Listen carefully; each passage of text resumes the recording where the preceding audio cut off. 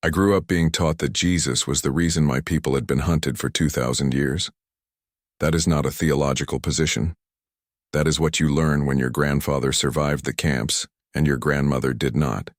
And the cross was the symbol on the uniforms of the men who decided that. In the house where I grew up in Tel Aviv, Jesus was not a religious figure. He was a historical wound. He was what the other side believed in when they came for us. So when my sister Rachel called me from Phoenix, Arizona on a Thursday evening in October and told me she had found Jesus, I did not think she was confused. I thought she had lost her mind. My name is Elon Shapiro. I am 37 years old. I served 8 years in the Israel Defense Forces, including 3 years as a combat intelligence officer. I was trained to observe, to analyze, to remain operational under pressure. I was taught that emotion is a variable to be managed rather than a force to be trusted. What I'm about to tell you broke every category I had. Before I tell you what happened in Phoenix, I want to tell you who I was when I got on that plane, because the miracle of what found me there cannot be understood without understanding the man it had to get through. Before we go further, leave a comment right now telling me where you are watching from and what time it is there. I want to see how far this is reaching. I left the IDF at 26 with the specific vacancy that comes from spending 8 years in an institution that gives your life complete structure and then returning to a civilian world that has none. That vacancy deserves an accurate description because it is different from what people imagine when they hear the word. It is not sadness. It is not trauma in the clinical sense, though the Army leaves marks on everyone who serves. It is more structural than that. The military gives you something that civilian life does not easily provide, a framework in which every morning there is an answer to the question of what you are for. You know your unit, your mission, your chain of command, your purpose in the specific operational moment. The questions that civilian life raises, who am I, what do I want, what is the point of this particular sequence of choices, do not arise with the same urgency inside a structure that answers them before they can be asked. When that structure ended, the questions were there. I had no good answers. What I had was competence and discipline and the specific restlessness of a person who has been operating at high intensity for 8 years and does not know how to be still. I filled the restlessness with work. This is what people like me do. The work was demanding enough that it occupied most of the available attention. The hours were long. The compensation was good. The travel was frequent. I was rarely still enough for the questions to become audible. This was, I understand now, the plan. Not a conscious plan. The instinctive plan of a person who has learned that stillness is where the difficult things live, and who has decided that forward motion is safer than arriving somewhere and looking around. I had been useful. I had been competent. I had been part of something that mattered. And then I was a 26-year-old veteran with a security clearance and a collection of skills that translated imperfectly into the landscape of ordinary life. I moved to New York. I worked in private security consulting for a firm that did work I will not describe in detail. The work was well compensated. It was familiar enough to my training that I could do it without feeling the vacancy. I was good at it. What I was not good at was everything else. I want to tell you about the specific quality of emptiness that I was living in during those years, because it is central to what happened later and because I think it is recognizable to more people than are willing to name it. On the outside, my life had the appearance of function. I had an apartment in Manhattan. I ate at good restaurants. I traveled for work to interesting places. I had the company of people who found my background impressive and my manner engaging. By any external measure, I was doing well. Inside, there was a quality to my existence that I can only describe as absence. Not depression exactly. I was not unable to function. I was not in pain in any clinical sense.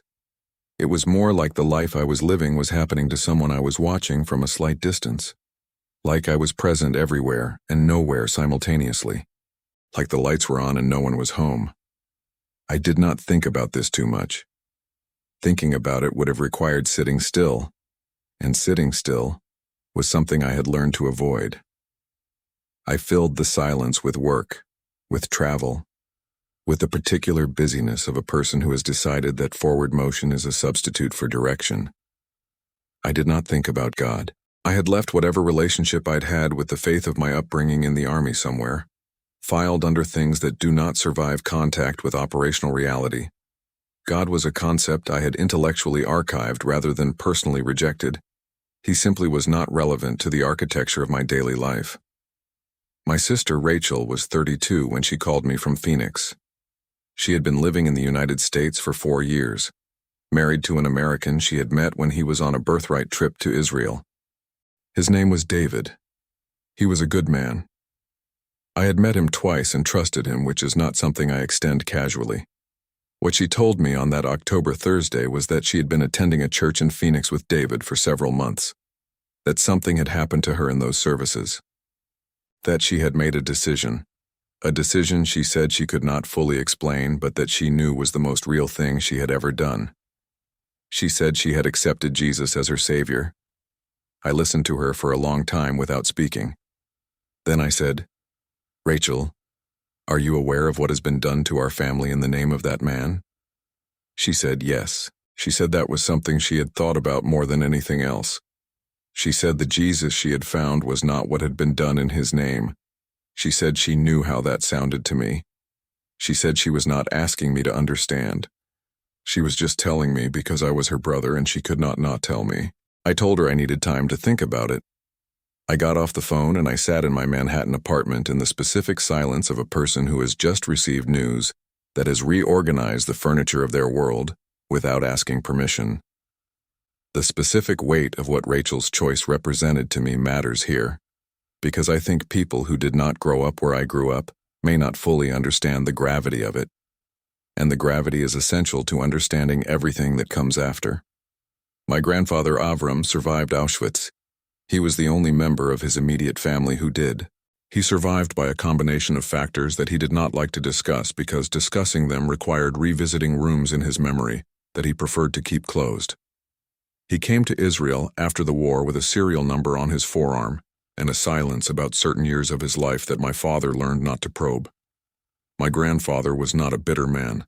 That is important to say. He built a life. He loved his family. He had humor and warmth and the specific resilience of a person who has been tested at the absolute limit and has decided, on the other side, to remain human. But there was a part of him that was permanently elsewhere, and we all understood that the elsewhere was connected to the cross that had appeared on the uniforms of the men who had taken his family. This is what Jewish children learn, not as abstract history, as inheritance, as the specific weight of what has been carried by the people who came before you, their survival purchased at a price that you are expected to understand and to carry something of yourself. When my sister said she had found Jesus, what I heard was not a religious announcement. What I heard was, I have crossed to the other side of a line that our family has defined for 60 years by what stands on the other side of it. I have done the thing that would have been incomprehensible to the man with the number on his arm.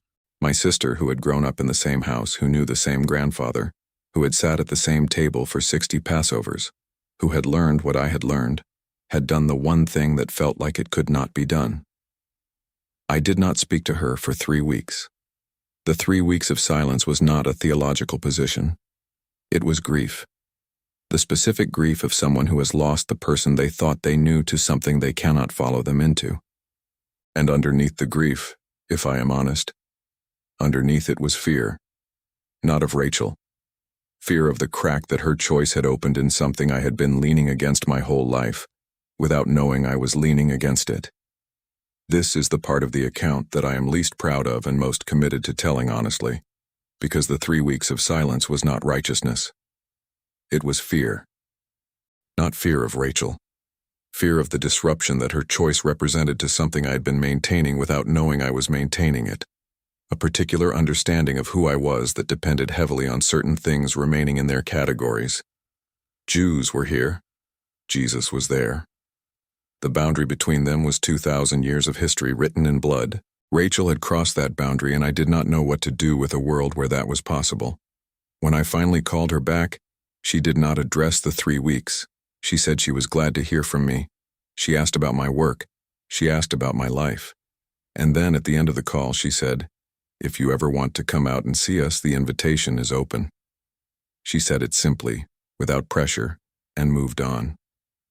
I went to Phoenix in February. I told myself it was to see Rachel and David, which was true. I told myself I was simply visiting family. I told myself the church was incidental, not a reason for the trip. I was not being entirely honest with myself. I want to tell you about where I was internally when I arrived in Phoenix, because the interior landscape matters for understanding what happened there. I had been in New York for 6 years at that point. The work was still going well by every measurable standard. I had recently been offered a position with a firm in Las Vegas.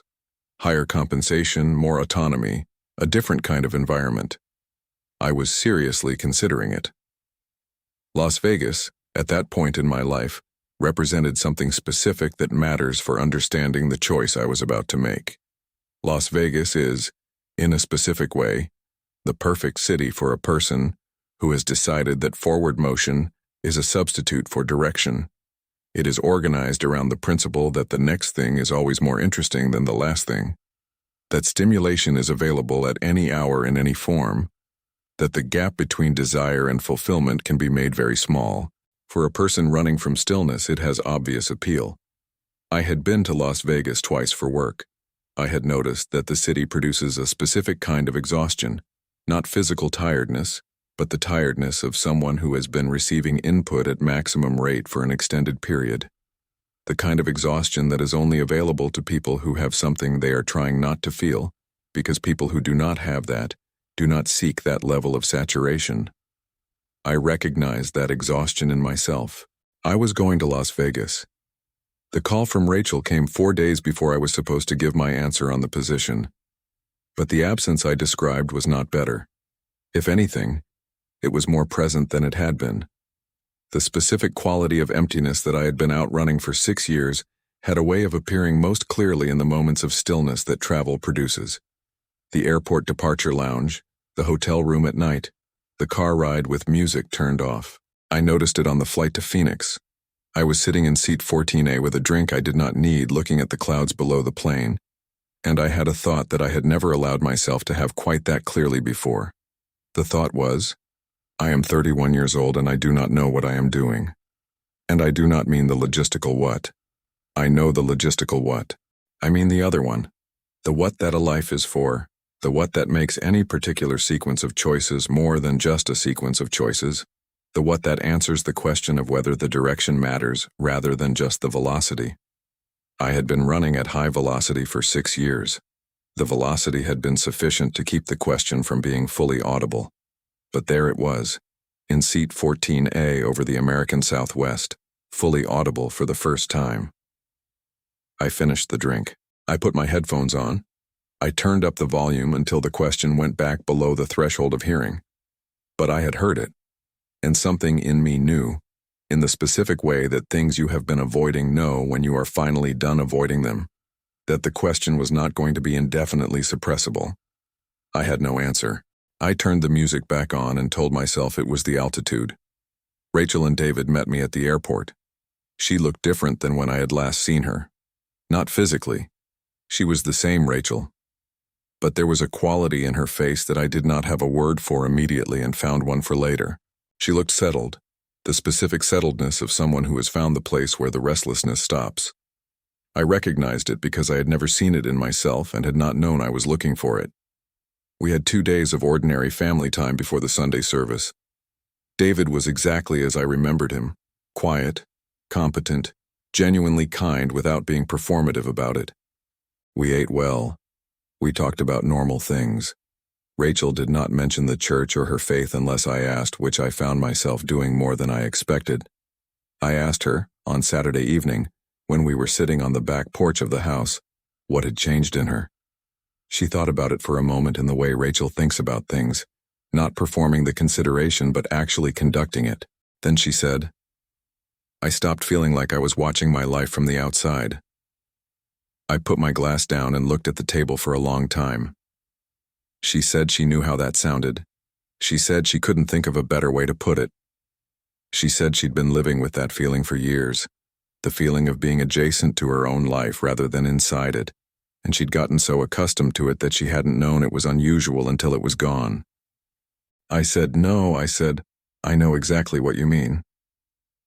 She looked at me with the specific attention of a person who has just recognized something. She said, "Have you been feeling like that?" I said, "For a while." She didn't say anything for a moment.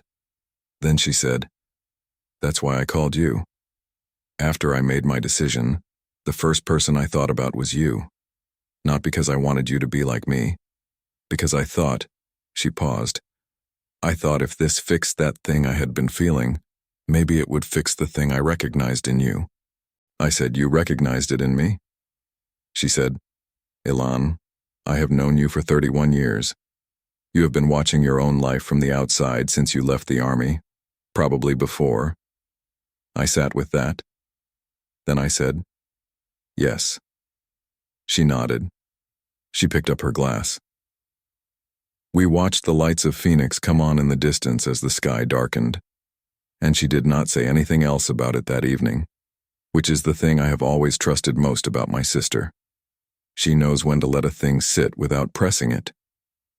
The church was in a suburban building that had no aesthetic distinction whatsoever.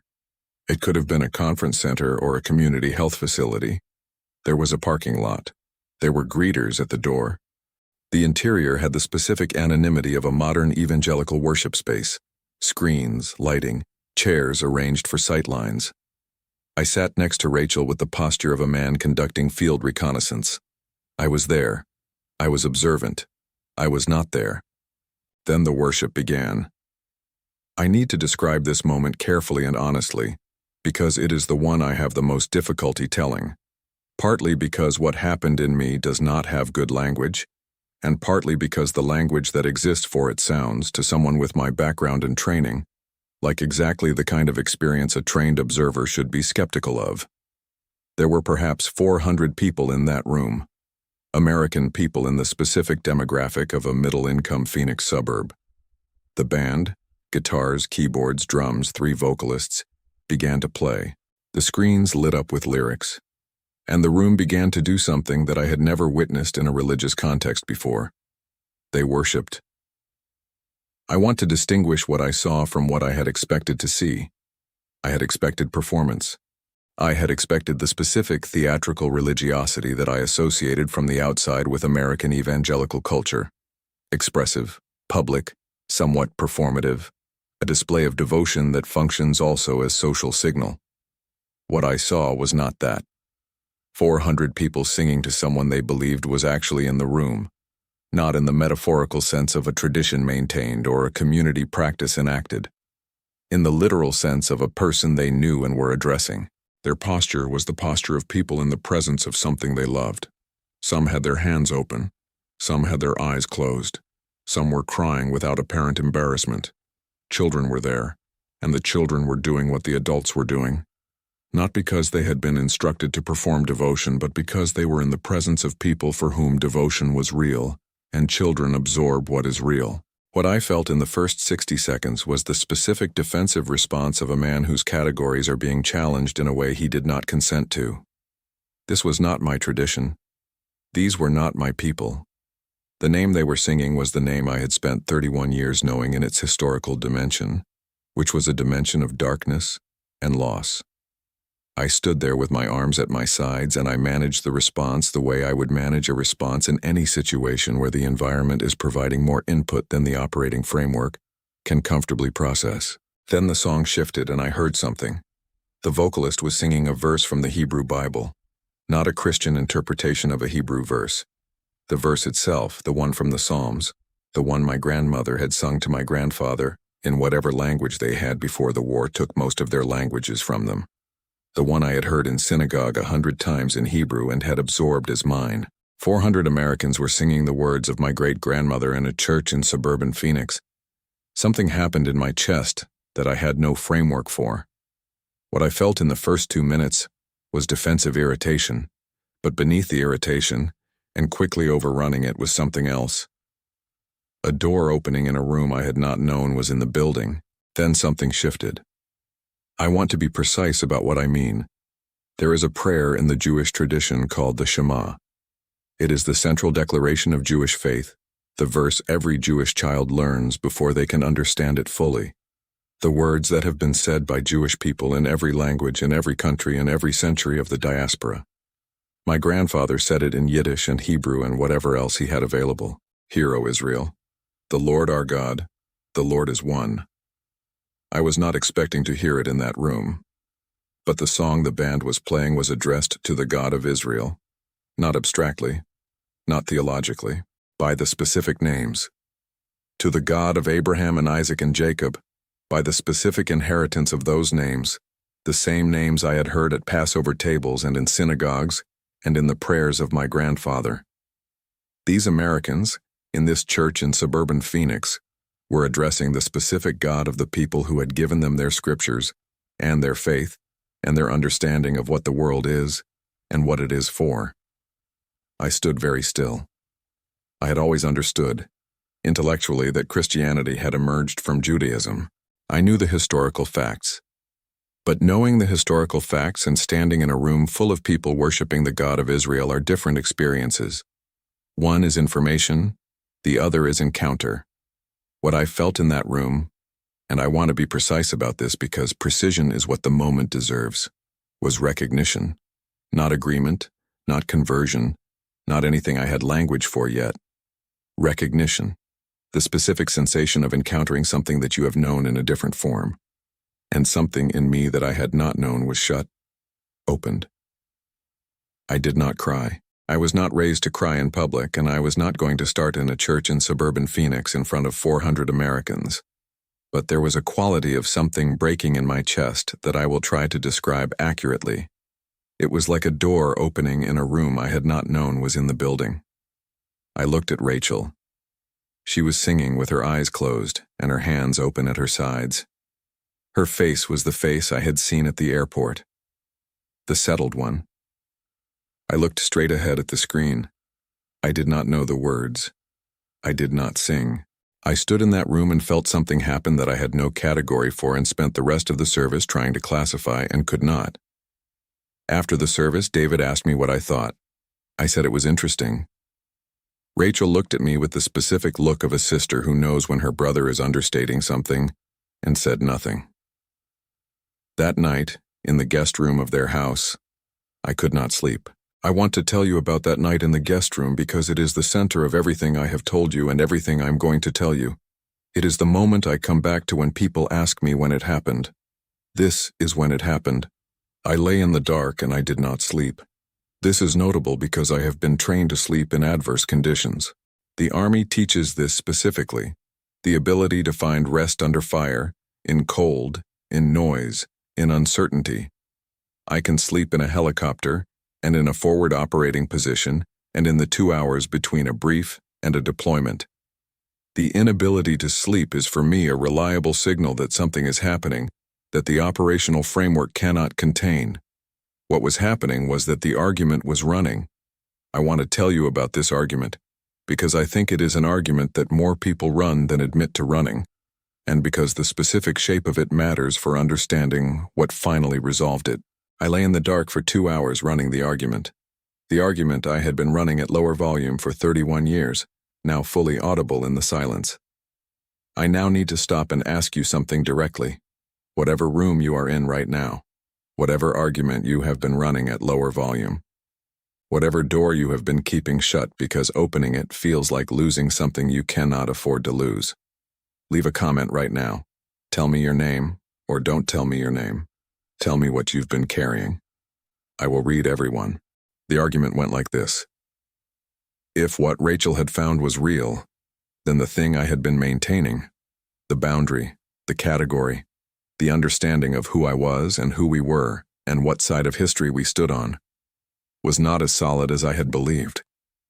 If the Jesus these people were worshiping was genuinely the God of Israel, then 2,000 years of what had been done in his name was a corruption of the thing rather than the thing itself. And if that was true, then my grandfather's suffering and my grandmother's death had been the product of people who claimed a name they did not understand, rather than people who represented the truth of that name. This is not a small distinction. This is not a minor theological adjustment. This is the reorientation of the entire axis on which I had organized my understanding of history and identity and the world. I lay in the dark, and I ran this argument, and I did not arrive anywhere. I kept hitting the same wall, the same image of the cross on the uniforms, the same weight of what had been done. Then something happened that I have tried to describe accurately many times, and will try again here. The darkness in the room changed quality. Not visually. I am not reporting a vision. The atmosphere of the room changed. Something became present that had not been present before. Not external. Interior. Like a shift in the specific gravity of my own chest. And I heard something. Not audible. Not a voice with frequency and volume. Something that arrived in the language underneath language, the way some things arrive not through the ears but directly into the understanding. It said, I know what has been done in my name, and I am not that. 5 words in English. I know what has been done. And 3 more. I am not that. I have been an intelligence officer. I know how to evaluate the reliability of information and the conditions under which the mind produces false signals. I know that sleep deprivation, emotional stress, and novel environments can produce experiences that the person having them interprets as external when they are internal. I have applied all of those frameworks to that moment. They do not account for it. They explain what the experience could have been if it were a product of my own psychology. They do not explain the specific content of what arrived, its precision, its address, its knowledge of the exact wound that had kept the door shut. Something happened that I was not prepared for. The argument stopped. Not because I had resolved it. Not because an answer arrived that answered all the objections. The argument stopped the way a storm stops, completely without gradual diminishment because the weather has moved on. And in the silence after the argument stopped, there was something in the room. I have described this to various people since, and I have received various responses. Some find it credible.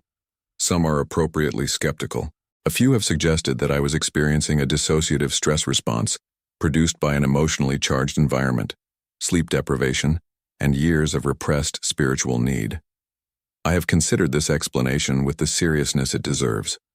I cannot make the explanation account for the content of what arrived. I know what has been done in my name, and I am not that. It arrived in the specific place below language where the truest things arrive. Not through the ears, not through the rational processing that I had been trained to trust above everything else, but directly into the understanding, the way some things become known before they can be explained. I sat up in the bed. I turned on the bedside lamp. I sat on the edge of the bed in the guest room of my sister's house in Phoenix, Arizona, at approximately 2 in the morning, and I said out loud, to no one visible, "Okay." It was not a sophisticated response. It was the response of a man who has been running an argument for 31 years and has just encountered the one thing the argument cannot absorb. Not a refutation, an encounter. Something that could not be incorporated into the existing framework, and that was therefore asking for a new framework. I am not a person who cries. I want to say this plainly because it is relevant to what happened next.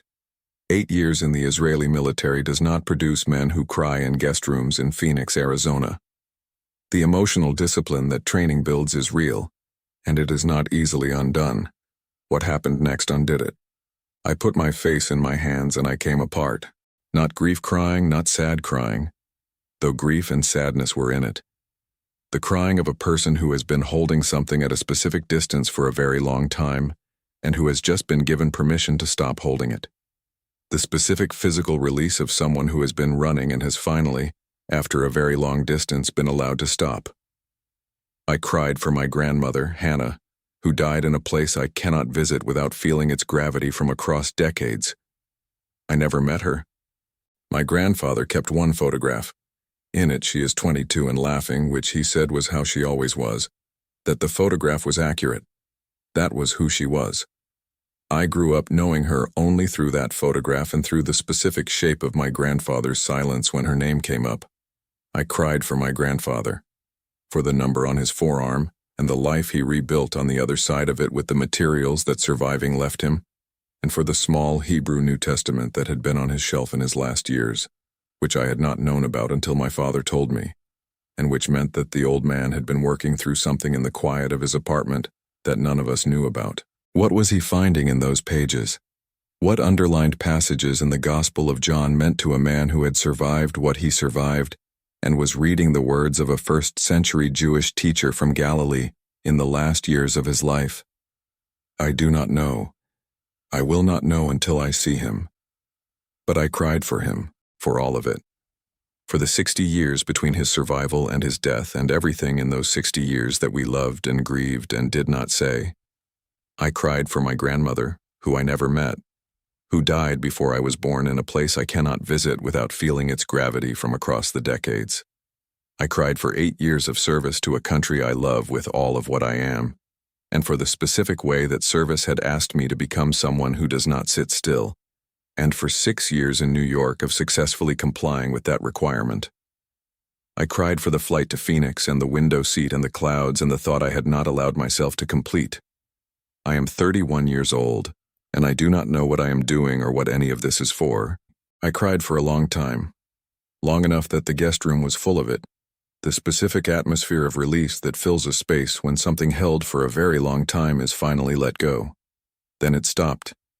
And then something happened that I'm going to tell you plainly because plain is the only way I know to tell it. The crying stopped. Not because I made it stop. Because it was done, the way rain stops, completely and without gradual diminishment. And in the silence after the crying, there was a quality of presence in that room that I'm going to call peace, because that is the closest word available, while acknowledging that the word does not fully contain the thing it is pointing at. I have been in the field under fire. I have been in rooms where decisions were being made about human lives. I have been in conditions that required me to be completely present and completely controlled simultaneously. I know what it feels like to be in a situation with no margin for error and to hold the functional center of myself while the circumstances around me are unreliable. The peace in that room was larger than anything I had experienced in any of those conditions. Not the peace of a problem solved or a situation resolved. The peace of being, for the first time in a very long time, entirely in the right place. I sat in that guest room until 4 a.m. I did not sleep. I did not need to sleep in the way that I usually need sleep. I sat in the presence of whatever had entered that room, or had perhaps always been in that room and was only now something I could register. And I said whatever came, and what came was not organized prayer but honest address. The way you talk to someone when you finally, after a long delay, stop pretending you have been handling things alone. In the morning I went to the kitchen. Rachel was already up. She was making coffee with the specific focused attention she brings to small tasks, the habit of someone who has learned to be fully present, even in ordinary moments. She looked up when I came in. She looked at me for a long time without speaking. She has always been able to read me accurately, which is both the gift and the occasional difficulty of having a sister who pays close attention. She was reading me now. She said, "Something happened." It was not a question. I said, "Yes." She put the coffee down, crossed the kitchen, and hugged me. Not the hug you give someone when they arrive, the other kind, the full kind, the one that contains something you have been holding for a long time. The kind that means I have been waiting for this, and I am so relieved and I am not going to make a big thing of it, because you would be uncomfortable with a big thing, and I know you. That is my sister. That is who she is. We sat at the kitchen table while the coffee brewed, and I told her what had happened in the guest room. I told her all of it, the argument I had been running, the shift in the room's atmosphere, the 5 words, the crying that I had not expected and could not stop. I told it plainly, the way I have been trained to report, without embellishment and without the softening that sometimes happens when you are aware of how something sounds. She listened without interrupting. This is a thing she has always done. She waits until you are finished, which is rarer than it should be. When I finished, she was quiet for a moment. Then she said, "That's him." She said it simply, without emphasis, the way you name something you know well. That's who he is. He does that. I said, "I have spent my whole life knowing what has been done in that name." She said, "I know." She said, "He knows too." She said, "That's what he was telling you." She poured the coffee. We sat there for a while in the morning light of her kitchen in Phoenix. David came in later and saw us sitting there and understood something had shifted without requiring explanation. He poured his own coffee and sat down, and we talked about ordinary things. And the ordinary things were different than they had been the day before. The way ordinary things are different after something large has moved through. I want to tell you about what followed because the testimony does not end in the guest room in Phoenix. The testimony is a continuing account, and the continuing part is its own kind of evidence. I did not stay in New York. I did not take the position in Las Vegas. I want to tell you about the months between the guest room and the move, because they are not a smooth story, and I think the roughness of them is part of the testimony. I flew home to New York 3 days after that night in the guest room. I sat in seat 14A again, the same seat as the outbound flight, and looked at the clouds below the plane. The thought I had on the outbound flight, I am 31 years old and I do not know what I am doing, was not there anymore. What was there instead was something I had no good language for yet. Not certainty in the theological sense, more like orientation. The compass pointing somewhere it had not pointed before. The first thing I did when I got back to my apartment was look for a Bible. I did not own one. I had to buy one, which I did online at 11 at night, because I did not want to explain myself to anyone in a bookstore. It arrived 2 days later. I sat down with it that evening and I opened it. What I expected to find and what I actually found were different in ways that matter. I expected to find a document that felt foreign, a text, organized around a theology that was not mine, addressed to a community that was not mine in a framework that had historically been used against my people. I expected to read it the way an analyst reads opposition intelligence, carefully with appropriate distance. The first thing that happened was that the Hebrew Bible was familiar, not abstractly familiar, specifically familiar in the way of something that has been part of your formation. The Psalms I had heard in synagogue since childhood, the prophecies that my grandfather had read at the Passover table, the promises to Abraham and to Isaac and to Jacob that I had absorbed as the inheritance of my people. They were all there, all of them, and they were pointing at something. I am not a scholar. I am not able to tell you with theological authority how the Hebrew Bible relates to the New Testament. What I can tell you is what I experienced as a person reading the New Testament for the first time, having grown up with the Hebrew Bible. I was reading the continuation of a story I already knew. The same God, the same promises, the same people, arriving at the moment the story had been building toward since the first chapter of the first book. It did not feel foreign. It felt like arriving at the end of a sentence I had been hearing the beginning of my entire life. I moved to Phoenix 6 months after that February visit. I did not make this decision quickly, or without the resistance of a person who has built a life in a particular configuration and is rearranging it. I began attending the church where Rachel and David worshipped. I had the specific discomfort of a person in a context that is not their native one. Not hostile discomfort, more like the attentiveness of someone in a foreign country who is genuinely trying to understand the customs rather than simply observing them from a distance. I began reading, not devotionally at first, but in the way I approach any domain I need to understand. Systematically, skeptically, with the patience of someone who has been trained to parse information carefully. I read the New Testament in English and in Hebrew. I read the Hebrew Bible alongside it with closer attention than I had given it since I was a child. I read the history of first-century Judaism, the political and religious context of Roman-occupied Judea, the landscape of competing Jewish movements in which Jesus of Nazareth had emerged and taught and gathered followers and been executed. I want to tell you about one specific thing I found in the text, because it was the thing that reorganized the most. The Jesus I found in the Gospels was not familiar to me from the uses to which that name had been put over 2,000 years of European Christian history. He was not the Jesus of the Crusades or the Inquisition, or the specific hatred that had produced the world my grandfather was born into. He was a Jewish man from Galilee. He prayed the prayers of the Jewish tradition. He quoted the Hebrew scriptures with the ease of someone for whom they were daily air. He wept at a tomb and raged at the exploitation of the temple, and told stories that the rabbi tradition had been telling for centuries in different forms. He addressed the God of Abraham and Isaac and Jacob with the directness of someone who knew him not as abstraction but as presence. The gap between this person and what had been done in his name was immense. Not the gap of contradiction. I am not saying that what I read made no sense of the history. History is always more complicated than its causes. I am saying that the person in the text was not the person being used as a symbol, when the symbols were attached to the uniforms and the churches and the institutions that my grandfather had experienced. This distinction matters enormously to me, because the distance I had been maintaining was from the name as it had been used, and what I found in the text was the person before the name was used that way, the person who existed before any of the uses, the person who remains, having endured 2,000 years of his name being attached to things that bear no resemblance to who he was. What I found in the text was what I had found in the guest room. The same person, the same quality of knowing, the same specific precision of address. I read for 3 months before I spoke to a pastor.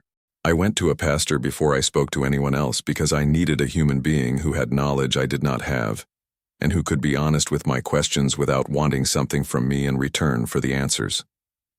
The pastor was a man named Brother Thomas at the church Rachel attended, a man in his 50s with the specific quality of someone who has heard a great many things and has learned to listen without rushing toward resolution.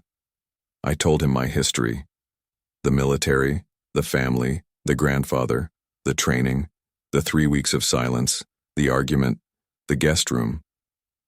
He listened to all of it. When I finished, he said, "The questions you are asking are the right questions." He said, "The people who found him first were Jewish, and they had the same questions you are asking, and they arrived where you are arriving." He did not try to close it for me. He said, "Keep reading, keep asking, he is patient." He was right about the patience, I know it personally. I am not asking you to accept my reading. I am telling you what I found and what it did to me. The absence of the vacancy has a specific quality worth describing, because testimony without the account of change is incomplete. For 6 years I had been living with the quality I described, the sense of watching my life from a slight distance, of being present everywhere and nowhere simultaneously. I had managed it. I had built functioning routines around it. I had moved forward at sufficient speed that it was rarely audible. After the guest room, it was not there. I want to be precise about what I mean, because I am skeptical of language that overclaims in testimonies like this. I am not saying that my life became easy. I am not saying that difficulty and loss and frustration disappeared. I am not saying that I have access to something that protects me from the ordinary weight of being alive. What I am saying is that the specific quality of absence, the disconnection, the watching from a distance, the hollow center of a functional life, that is not there anymore. The lights are on and someone is home. I am present in my life in a way that I was not before the guest room. I have tried to locate another explanation for this change. There is not one that accounts for the specificity of it, the timing of it, the fact that nothing else in my life changed in a way that would produce this result. I moved cities, but moving cities does not produce this. I changed contexts, but context change does not produce this. The only variable that changed was the night in the guest room, and what changed on that night was that something that had been outside my life was given permission to enter it. The vacancy is gone. That is the most precise statement I can make about the interior change. The quality of absence that I'd been living in for 6 years, that sensation of watching my life from a slight distance, of being present everywhere and nowhere simultaneously, is not there anymore. I do not know what to attribute that to in scientific terms. I can tell you that it corresponds exactly to the night in the guest room, and that nothing else in my life changed that would account for it.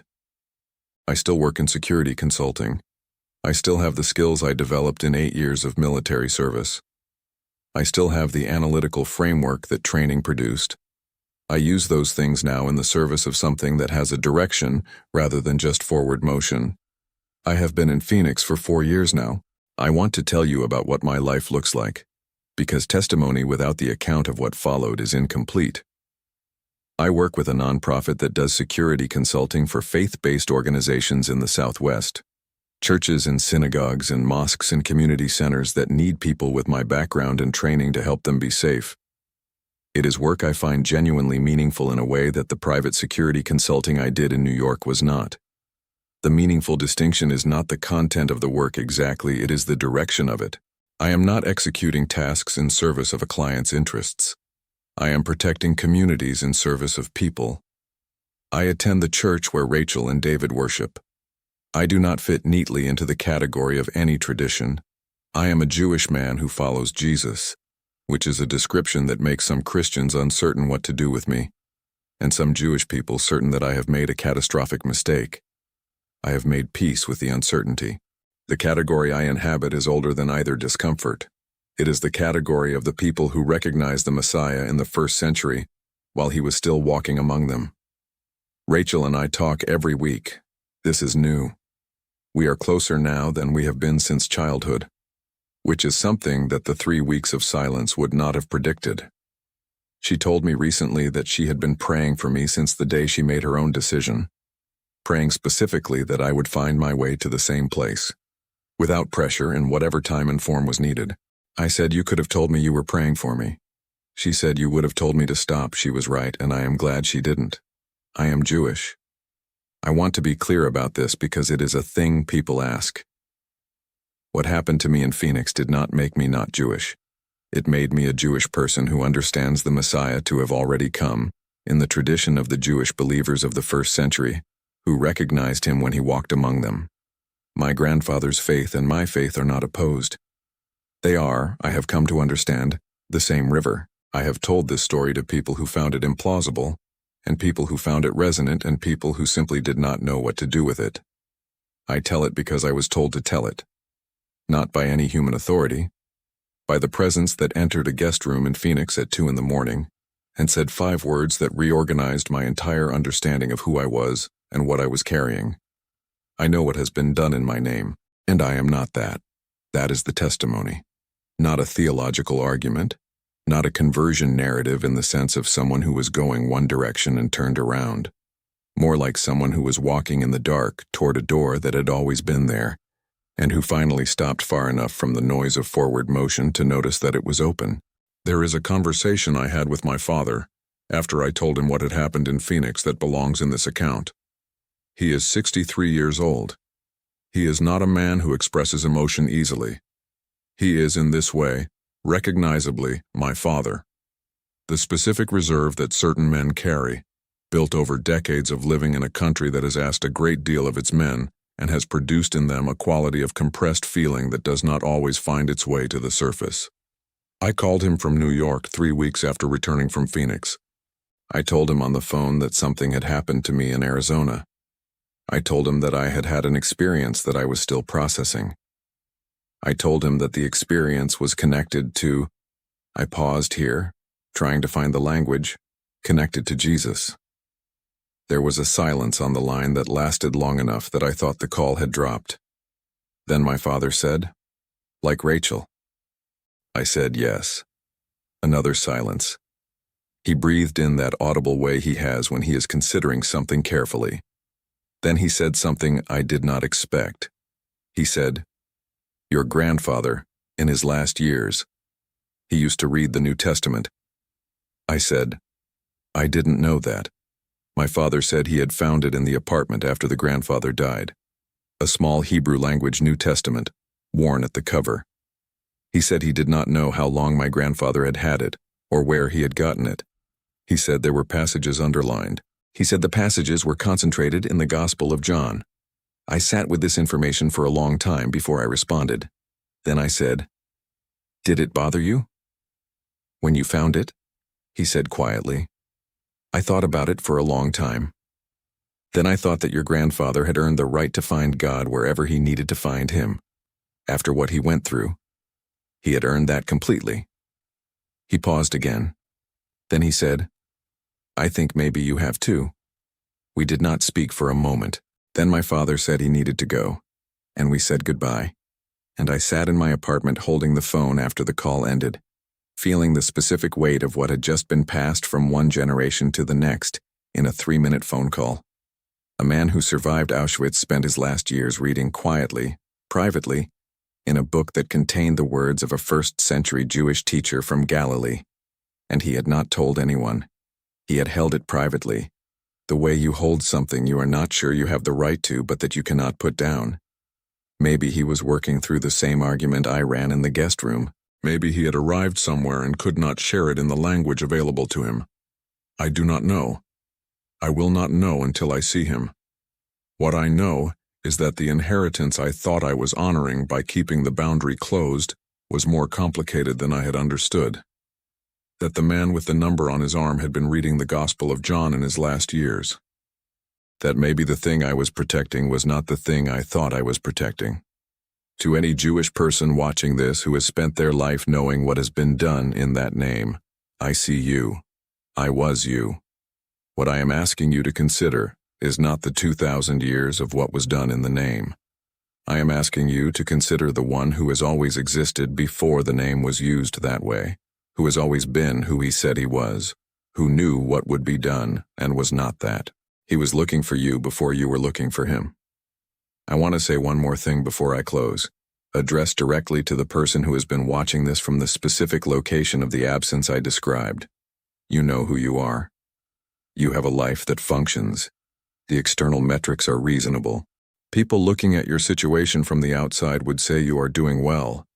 And from the inside there is this thing, the quality of watching rather than being, the distance between yourself and your own life, the forward motion that is genuinely moving but is not quite arriving anywhere. I am not telling you that what happened in a guest room in Phoenix is going to happen to you the same way it happened to me. I am not promising a specific experience or a specific set of feelings. Every person arrives at this differently and on their own schedule and in their own form. What I'm telling you is that the absence is not the destination, that the hollowness of a functioning life is not the best available option, that there is a presence that has been trying to make itself available to you for your entire life, that is patient in a way that exceeds the patience of any human relationship, that knows specifically what has been keeping the door shut, and is not offended by it. The door I kept shut was made of 2,000 years of real history and real suffering in the face of my grandfather and the serial number on his forearm. Those are real things. They were real reasons. The presence on the other side of the door acknowledged them. It did not minimize them. It said, I know what has been done in my name, and I am not that. Whatever the door is made of for you, whatever has been keeping it shut, he knows what it is. He is not asking you to pretend it is not there. He is asking you to consider the possibility that the thing behind the door is not the thing you have been defending against. Come in from the distance. Stop watching from outside your own life. Let what has been trying to reach you reach you. If this story reached something in you today, leave a comment with these words. He found me here. Let those words be wherever you are, whatever room you are in, whatever argument you have been running in the dark, and if you have been carrying something for a long time, an absence, a vacancy, the specific emptiness of a life that functions well on the outside and feels hollow from the inside, I want you to know that the hollowness is not permanent. I know because I was in it, and I know the exact night it ended and what ended it. Subscribe to the channel and turn on the bell. Share this with someone who has been conducting their own argument in the dark. Someone who has kept the door shut for reasons that were real and that cost something. He knows what the reasons were. He told me so himself at 2 a.m. in a guest room in Phoenix when I finally sat still long enough to hear it. There is one more scene I want to tell you because it is recent, and because it is the image I carry most clearly when I think about where this has taken me. 3 months ago, I visited Israel. I went to see my father, who is now retired in Tel Aviv. We had dinner together the first night, just the two of us at the small restaurant near his apartment where he has eaten on Friday evenings for 20 years. Halfway through the meal, he reached into his jacket pocket and put something on the table between us. It was a small book, worn at the cover, a Hebrew New Testament. He said it was my grandfather's. He said he had been carrying it in his jacket for 6 months, since the conversation when I told him about Phoenix, trying to decide whether to give it to me. He said, I think it belongs with you now. I picked it up. The cover was soft with age and handling. Inside the front cover, in my grandfather's handwriting, was a date, 1987, the year I was born. And beneath the date, in Hebrew, 3 words that I will translate for you. It is not far. I sat at the table in Tel Aviv holding a book that my grandfather had acquired the year I was born, in which he had written 3 words that I do not know the full meaning of, but that I understand to be addressed to whoever came after him. To the person who would eventually hold this book and need to know that what they were looking for was not far. My father watched me read the inscription. He said, "I don't know what he meant by it," and I said, "I think I do." He nodded. He picked up his glass. We finished dinner, and I carried the book back to Phoenix in my carry-on, in the seat I always sit in on that route, looking out at the clouds below the plane. He was looking for you before you were looking for him. My grandfather figured that out in 1987 and wrote it in the front of a small book, and it traveled 37 years to reach me in Tel Aviv the year I needed it most. It is not far. That is the last word I have. Not the guest room in Phoenix, not the 5 words in the dark, not the worship service or the Shema or the argument that stopped running. All of those are true and all of them belong in this account. But this is the image I hold. A man who survived everything that the 20th century could do to a Jewish man from Poland, sitting in his apartment in his last years, reading the Gospel of John in Hebrew, underlining passages, writing a note in the front cover in his careful handwriting, addressing whoever would come after. It is not far. I want to close by telling you something I have thought about since the night in the guest room, something that connects the argument I was running to the grandfather and the small book with 3 Hebrew words in the front cover. I spent 31 years keeping the distance. The distance had reasons. The reasons were real. Every single one of them was earned by actual history and actual loss and actual suffering that actual people I loved had actually experienced. The distance was not irrational. It was the appropriate response to the information available. What I had not understood, and what I understand now, is that the one I was keeping my distance from also knew the history, had not been absent from it, had watched it, and had been carrying something about it, the same way my grandfather had been carrying something in a small Hebrew book that had not yet found the right moment and the right person to give itself to. The moment was 2 in the morning in a guest room in Phoenix. The person was me, a 31-year-old Israeli veteran watching his own life from the outside, about to go to Las Vegas, running an argument in the dark that he did not know he had been running his whole life. He had been waiting for that moment. He was patient with the waiting in a way that no human relationship could be patient. 31 years of the argument, and he was still there at the end of it, still in the room, still with the same thing to say. I know what has been done in my name. And I am not that. I am not a preacher. I am a security consultant who found something in a guest room in Phoenix and has been figuring out what to do with it ever since. What I can tell you from my specific vantage point, the one shaped by 8 years of military service and analytical training, and the inheritance of a people who have known more than their share of what is done in the name of God, is that the thing I found in that room was real, was specific, was addressed to me by name, in the sense of knowing exactly what I had been carrying and speaking precisely to it. He is not far. He was not far from my grandfather, sitting in his apartment reading the Gospel of John and writing 3 words in the front cover of a small book that traveled 37 years to find me. He is not far for you. Whatever the argument is, whatever the distance is made of, whatever the reasons are that the door has been shut, he knows what they are. He has known them longer than you have. And he has been waiting, with the patience of someone who invented patience, for the moment when you run out of forward motion and sit still long enough to hear what he has to say. Sit still. There is a tradition in Judaism of asking the 4 questions at the Passover table. The youngest child asks why this night is different from all other nights. The adults answer. The story is told. The questions are why this practice, why this food, why this posture, and the answer to all of them is the same story. We were slaves and we were freed, and this is how it happened and why it matters. I think about that structure now when I think about my own story. The question is, why is this man different from who he was?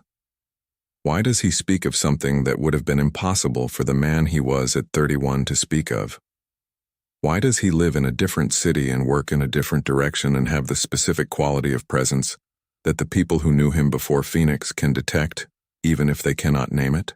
And the answer, like the answer at the Passover table, is a story, a guest room, a night that would not give way to sleep, an argument that ran for 31 years and then stopped, a presence in the room. 5 words. I know what has been done in my name, and I am not that.